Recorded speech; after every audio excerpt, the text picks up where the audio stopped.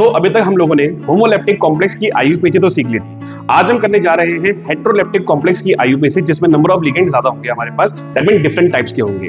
तो आज है हमारा डे 33 अपनी 120 डे वीडियो सीरीज का। तो चलिए देखते हैं। तो आज के टॉपिक में हम लोग दो क्वेश्चन लेके चलने वाले हैं, एक जिसमें हमारा कॉम्प्लेक्स न्यूट्रल रहेगा और दूसरा क्वेश्चन ये है जिसमें हमारा कोऑर्डिनेशन स्पेयर कैसा है बच्चे, कैटायनिक फॉर्म में है। अब क्योंकि ये कैटायनिक फॉर्म में है तो सेंट्रल मेटल एटम का नाम, इसका नेम चेंज नहीं होगा, इसका नेम चेंज बच्चे नहीं होगा।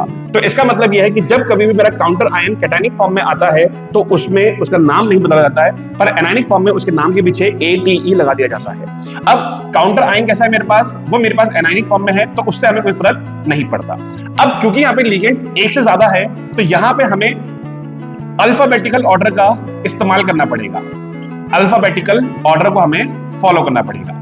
तो क्योंकि EN जिसका नाम होता है बच्चे ईथेन 1,2 डायअमाइन, कोई इसको इथाइलिन डायअमाइन भी लिखता है, उससे फर्क नहीं पड़ता है। तो ईथेन 1,2 डायअमाइन, क्योंकि नाम के अंदर पहले ही डाई शब्द आ गया है तो ऐसा कहा जाता है कि जिस भी लिगेंड के नाम के अंदर डाई, ट्राई, टेट्रा शब्द अगर पहले ही आ जाते हैं और क्वेश्चन के अंदर उसके नंबर ऑफ मोल्स दिए भी रहते हैं, जैसे कि यहाँ पे दिए हुए हैं इसके 2 मोल्स, तो हमें इसकी क्वांटिटी कैसे रिप्रेजेंट करनी है? क्या हम दोबारा से डाई इस्तेमाल करेंगे? नहीं।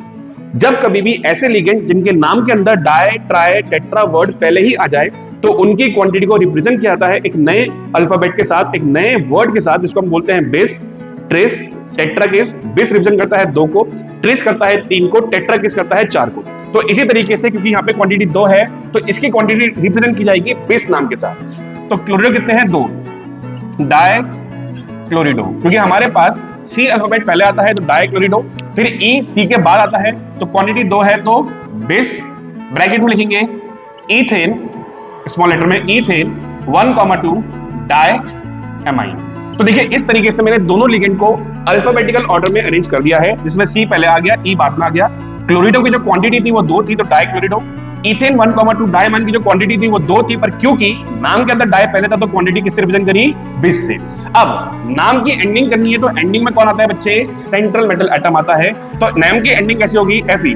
अब क्योंकि Fe यहाँ पे नाम चेंज नहीं करेगा तो लास्ट लिखेंगे हम सीधे था आयरन और ब्रैकेट में उसका ऑक्सीडेशन नंबर।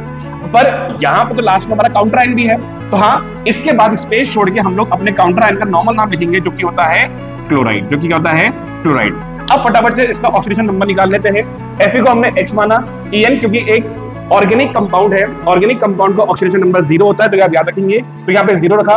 क्लोरीन यहाँ पे 2 और 1 3 है तो -3 = 0, तो X की वैल्यू +3 आ गई है, जो कि रोमन नंबर में हम रिप्रेजेंट करेंगे 3 के साथ।